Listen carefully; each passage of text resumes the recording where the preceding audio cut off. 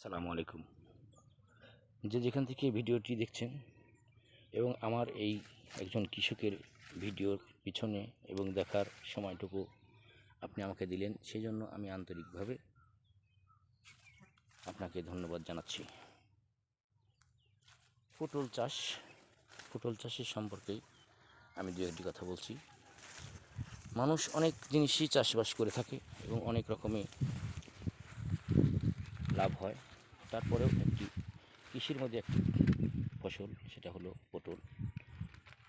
এই পটলটাতে অনেক লাভ হয়, এটা অনেকেই জানে এবং অনেকেই জানেই না এবং অনুমান করতেও পারে না যে এই পটল চাষে এত টাকা লাভ হয় এবং এত পটল ধরে একটি গাছে এবং এক বিঘা জমিতে।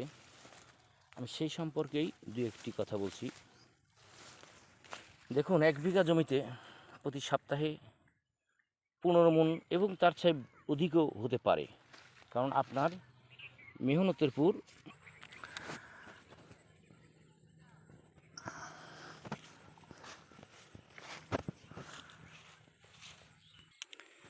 এখন আমি প্রতিটা জাংলা দেখাচ্ছি। এই জাংলাটার ওসারে রয়েছে, অর্থাৎ পোস্তে রয়েছে 2.5 হাত এবং তারপরে 1.5 হাত পর পর ফাঁকা রয়েছে, সেটা আপনারা দেখতে পাচ্ছেন। এবং এটা উচ্চতা 2 হাত এবং তার চেয়ে একটু কম বেশি করে দিলেও চলবে। এবং এইভাবে প্রতিটা জাংলা করা হয়েছে, আপনারা দেখতে পাচ্ছেন।